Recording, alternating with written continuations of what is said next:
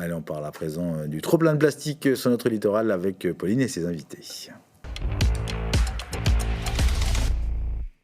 5 000 milliards de morceaux de plastique flottent dans nos océans et le littoral breton est loin d'être épargné. Sensibilisation, innovation, législation, comment stopper le phénomène qui devrait pourtant s'accroître malheureusement dans les prochaines décennies? On en parle aujourd'hui avec nos invités. Fabio Perruchet, bonsoir. Bonsoir. Vous êtes médiateur scientifique à Océanopolis, l'un des chefs d'orchestre du défi plastique 2023 en rade de Brest qui se déroule le 25 mars prochain. Et puis nous sommes aussi avec Claire Alanos. Bonsoir Claire. Bonsoir. Vous êtes chargée de projet Indigo à l'Université de Bretagne Sud. C'est une étude, un gros projet qui s'est intéressé à la pollution plastique issue de la pêche. Vous allez nous en dire plus. On démarre avec vous, Fabio Perruchet. L'objectif du défi plastique, le 25 mars prochain, c'est tout d'abord d'identifier finalement les types de déchets retrouvés sur les plages de la rade de Brest. Alors ma question, c'est quels sont les déchets les plus fréquemment ramassés? Mais je crois que vous nous avez carrément ramené des exemples précis. Exactement, je vous ai emmené en fait plusieurs déchets et moi je vais même vous poser la question. À votre avis, au niveau du plastique qu'on va retrouver, est-ce qu'on va avoir un plus gros pourcentage plutôt de mégots de cigarettes, plutôt de sacs plastiques, d'emballages alimentaires, de cordages ou même de masques qu'on a bien connus en fait? Moi j'aurais dit les mégots, mais je pense que les masques ont dû battre des records ces dernières années. C'était tendance les masques. C'était tendance à un moment, tout à fait. Eh ben non, désolé de vous décevoir, ça va être en fait plutôt les sacs. En effet, durant le dernier défi plastique qui était en 2022, en fait, on a eu à peu près 50% des déchets qui ont été récoltés qui étaient des sacs, voire des emballages en fait. D'accord. Des emballages plastiques qu'on va retrouver en fait pour toute la partie alimentaire qui vont se retrouver après le passage donc des rivières, des fleuves, mais aussi dans la mer. Ma question suivante, c'était retrouvez-vous plus de déchets issus des usages individuels ou professionnels? Mais j'ai l'impression que finalement, c'est individuel, les emballages. Ça va être surtout en fait individuel, tout à fait. On va retrouver aussi donc après en deuxième point, à 23%, donc tout ce qui est activité maritime. Donc là, les cordages, des morceaux de boots qu'on va retrouver sur les plages, mais là en moindre importance. J'avais un chiffre, c'était 49% des déchets en mer proviennent des plastiques à usage unique. Donc ça rejoint ce que vous nous disiez, c'est assez énorme. Le syndicat du bassin de l'Elorn organise ce vendredi à Landerneau aussi une journée autour de la pollution plastique. Ça s'appelle de l'Elorn à la rade. Il y a bien là l'idée, Fabio, que la majorité des pollutions plastiques individuelles proviennent des terres finalement. Exactement. En fait, si on regarde un peu les études, il y a 80% en fait, des déchets qui viennent des terres qui arrivent dans la mer. Donc on va retrouver en fait la plupart de ces déchets qui viennent en fait des personnes soit qui jettent leurs déchets directement dans la mer, soit en fait par le vent, par la pluie. Donc c'est le cycle de l'eau qui va amener ensuite ces déchets jusqu'à l'océan.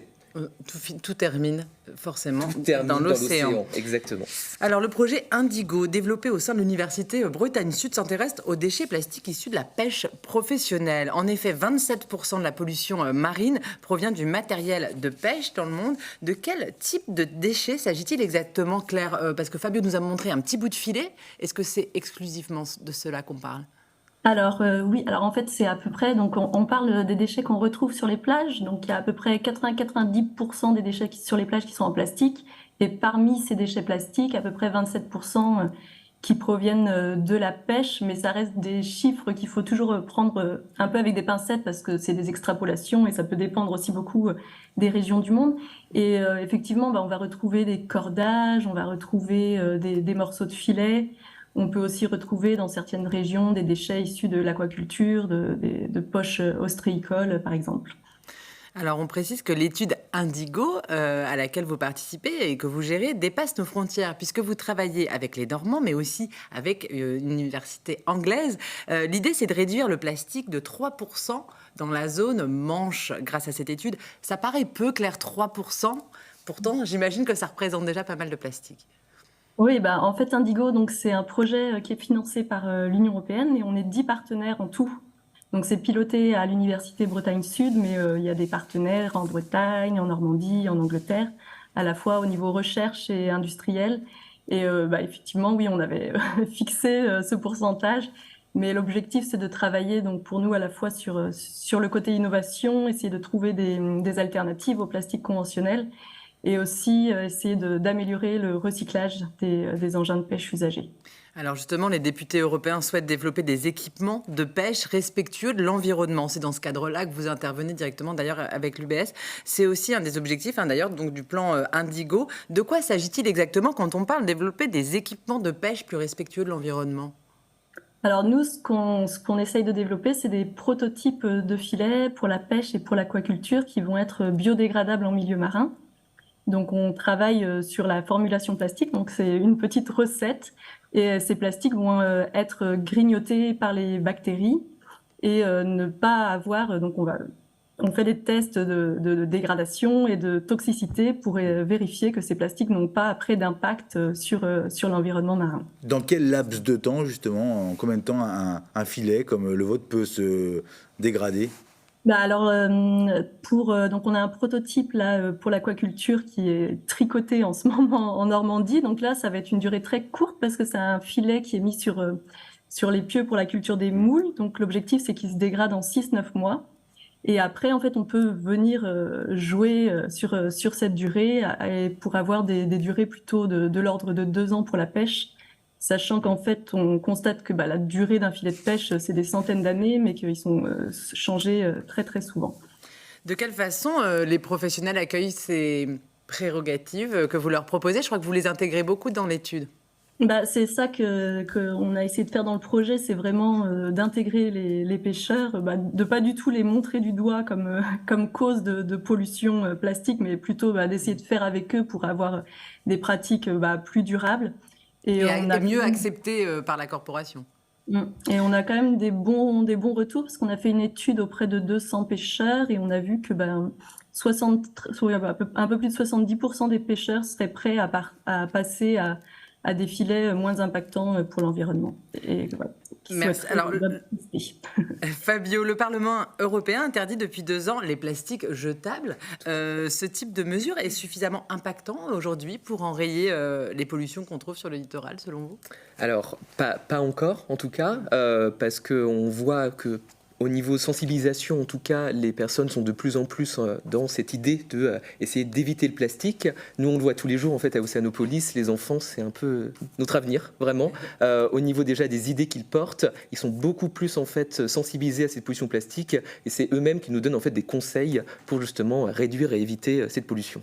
Il y a dans vos démarches à Claire et à vous une volonté collaborative. Et d'ailleurs, ce que vous disiez, vous misez tout sur la jeune génération. Vous parlez même d'océaniser les consciences. Tout à fait. Nous, justement, le but à Océanopolis, c'est en fait de faire participer les citoyens et surtout les enfants aux sciences, donc les sciences participatives. Et en particulier, on porte un projet donc qui s'appelle Enquête sur les microplastiques. Le but, c'est d'aller en fait sur les plages avec les enfants et de ramasser en fait les microplastiques à l'aide de pelles qu'on a en fait créées à partir d'une imprimante 3D et de plastique recyclé. Et ensuite, donc, à l'aide d'un tamis, on va pouvoir justement récolter ce qu'on appelle les larmes de sirène. Un très joli nom pour en fait des petites particules qui sont en fait moins de 5 mm et qu'on a retrouvées récemment sur beaucoup de plages, on en a parlé malheureusement, à cause justement de bateaux qui ont perdu leur cargaison. Et Claire, vous, la façon collaborative que vous appliquez, c'est cette appli Fish and Click que vous développez. À qui elle s'adresse et à quoi elle va servir rapidement? Alors, l'application Fish and Click, elle a été développée par l'Ifremer qui travaille aussi au sein du projet Indigo. Et donc, elle s'adresse à tous les usagers du littoral, donc les personnes qui vont aller se promener sur la plage, ou alors aux pêcheurs, aux plaisanciers ou même aux plongeurs. Et c'est aussi une application, un programme de sciences participatives. Et donc là, il s'agit de venir prendre une photo des déchets issus de la pêche et de l'aquaculture qu'on retrouve sur les plages pour après justement cartographier, voir quel type de déchets on retrouve principalement. Et voilà, puis pour suggérer des solutions. En tout cas, voilà, on sent que c'est en faisant ensemble que vous avez envie d'avancer. Alors, selon une analyse commandée par le WWF, la pollution plastique des océans devrait être multipliée par 4 d'ici 2050. Vous en pensez quoi, vous qui avez le nez vraiment dedans toute la journée? Fabio? On a parlé justement aujourd'hui en fait avec les éco-conseillers de l'océan justement de cette pollution plastique, donc un projet où justement les élèves agissent contre cette pollution.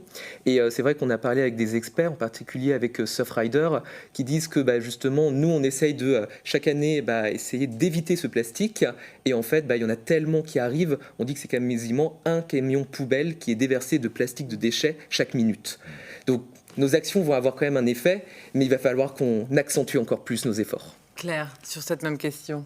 Oui, bah, on est un peu là, on a travaillé pendant 3 ans sur le projet Indigo et en fait, ça paraît long et en fait, on se rend compte qu'il reste tellement de choses à faire et que oui, il y a beaucoup, beaucoup, beaucoup de travail encore à faire pour améliorer tout ça, améliorer le recyclage, notamment des engins de pêche, qui pour l'instant, c'est vraiment une toute petite partie des engins de pêche usagés qui sont recyclés. Il y a vraiment beaucoup, beaucoup de choses à faire. Eh ben, on n'a pas fini d'en parler, de vos invités pour en parler. Bon courage dans vos projets chacun. Pour mieux comprendre de quoi il s'agit quand on parle de pollution plastique, prenez note de ces 3 événements à ne pas manquer. Tout savoir sur la pollution plastique de l'Elorn à la Rade, c'est au Familier à Landerneau ce dimanche 19 mars. Le projet Indigo, dédié aux pollutions plastiques générées par la pêche, donne ses résultats de 3 ans de recherche. Ce sera ce 22 mars à la Cité de la Voile à Lorient. Et puis, le défi plastique 2023, 2 heures pour l'océan, c'est le 25 mars en rade de Brest avec Fabio en plus. Merci, vous restez avec nous, on passe à la chronique ciné de Fabienne.